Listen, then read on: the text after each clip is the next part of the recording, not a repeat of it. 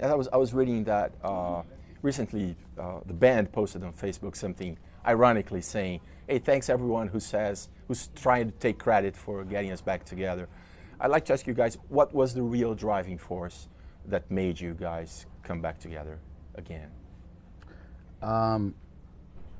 Actually, it had a lot to do with Paul Tollett of Coachella. You know, he started talking about it.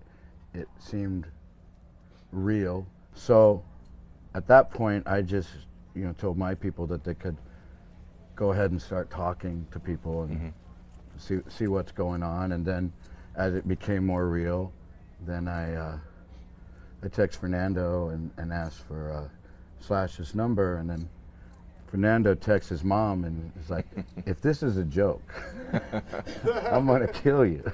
But when you guys signed up for Coachella, did you think at the time it was going to be a one-off kind of thing, and then only later it developed into a full tour? No, it started with talking about Coachella, but at the same time that those talks were starting, there were people involved with Coachella, agencies and things. So they were having these conversations about what they could possibly do or not. So it was all being considered. So both of you already had it in mind that, well, this might end up turning into a full-blown tour. We started talking like in the spring, Yeah. I mean, but it's like everybody's people were finding out about possibilities and things like that, and then we started talking together in the spring and stuff. Yeah, I've heard. Go ahead. It was just, getting into rehearsals, it was really just kind of like one day at a time. I don't know that I thought too much about how far ahead. It was just really cool to play some of that music with the guys I was playing it with. Right. I've read comments you guys have made about the current state of the music industry, and I have a question about that. Let's say if you guys were, let's say, 17 at this day and age, the exact same guys you were 30 years ago, do you think the whole environment of music, of the business, would allow a band like Guns N' Roses to be born? I don't know. I don't recall what I've said about the state of music. Yeah. But go ahead. I don't know what I would, be gravitating towards out there, and what medium I would be listening to it in. I mean, you meet people that, some listen to the radio, other people are like, "What's radio?" Now. Yeah. Other people listen to internet radio. Streaming services. Yeah, streaming services. Or some people like collect CDs, and some people collect cassettes now, And Yeah. So I don't know. I don't know where I would be, what I'd be gravitating towards. And I have 18 and 16-year-old daughters, so I'm so informed by what.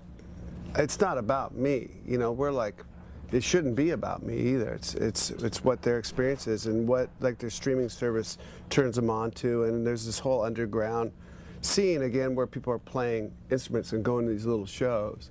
And I've gone to a couple with them. It's a whole new thing that we might have recognized, maybe. But I'm not sure. In LA, you mean?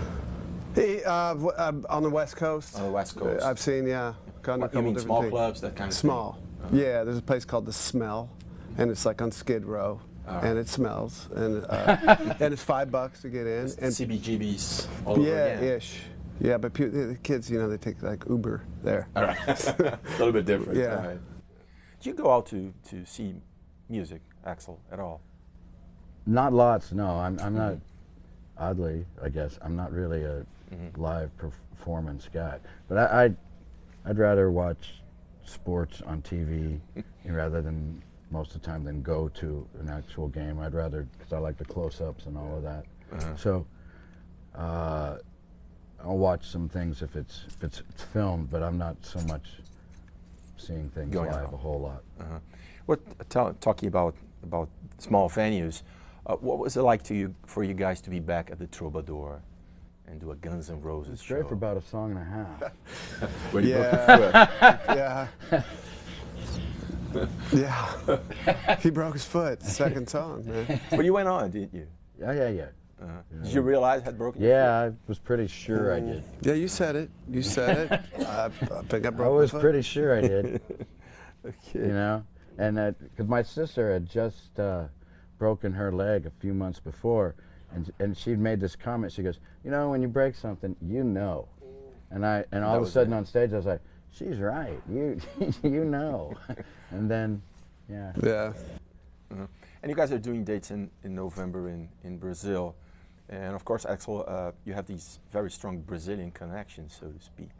The whole family that's so close to you.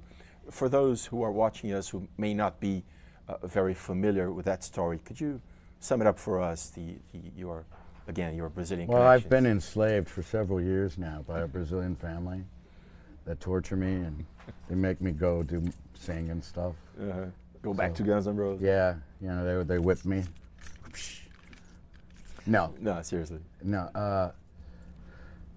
I met Betta in '91 and her family, and then we've been together in ways since then, you know, and Betta's been a big help with everything behind the scenes with Guns N' Roses. Her family's been very supportive. Fernando has worked his way up in this business, doing all kinds of things, you know, with Guns N' Roses, but also with other companies and things, and you know, been everything from doing baggage and wardrobe to being a tour manager and stuff, and doing the jobs well. So, and he's also worked with all the managers that I've worked with and learned from them, and knows also how to communicate with them. So it seems to be something that, you know, they like to be involved with, and it helps everything, and plus they're a big family, you know, and I like the family environment, and it helps keep things kind of insular. Cool.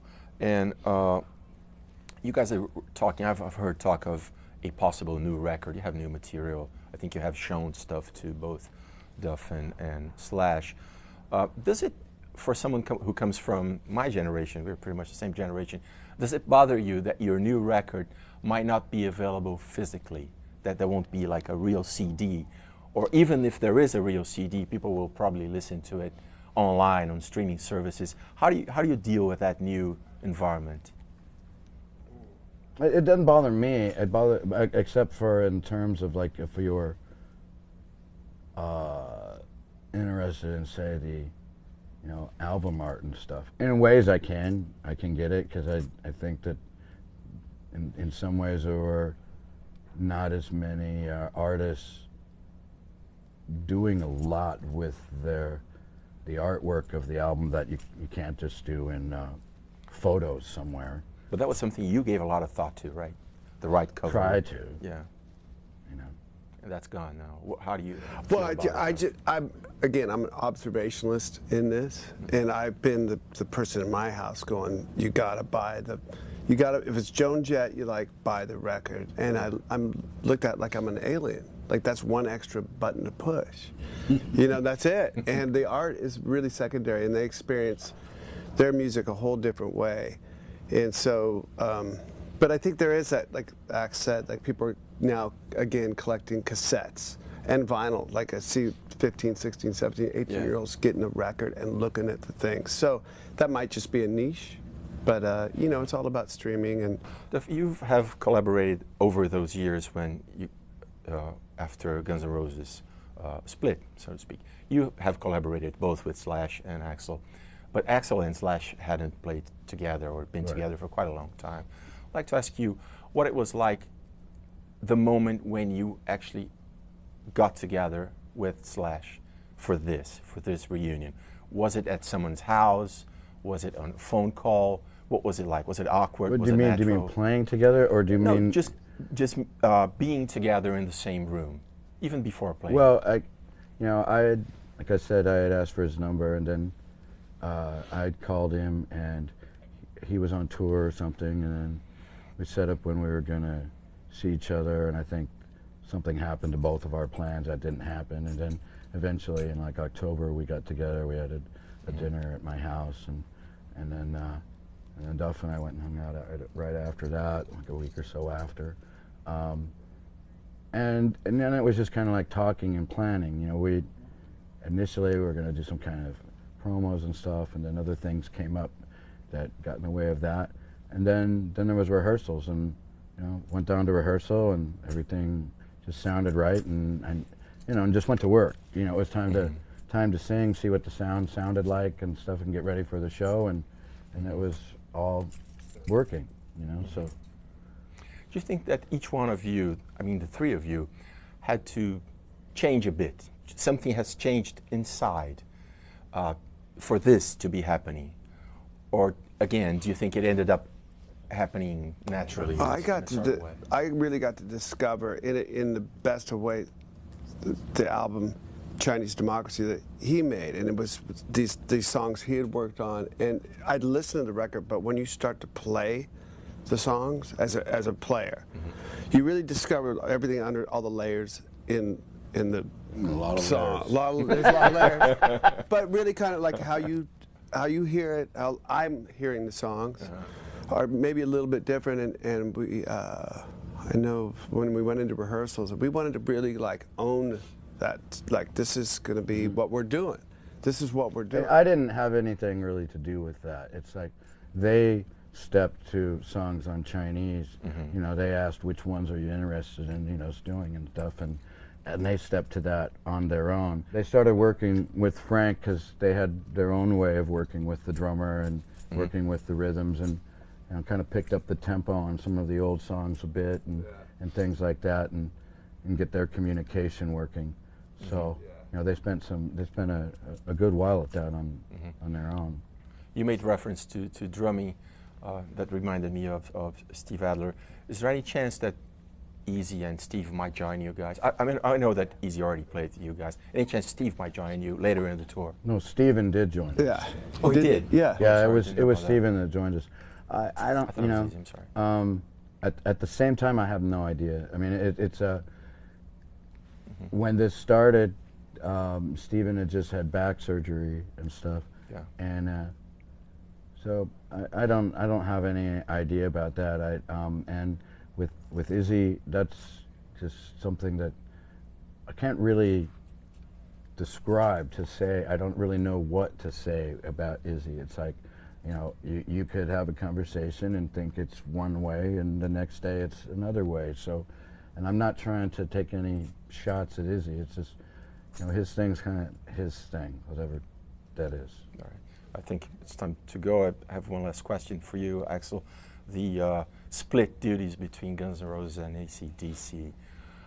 Are you planning on doing that for quite some time now? Because you're going to go back to I'll do that AC/DC. as long as Angus wants to do it, and as long as you know, and we can make it work.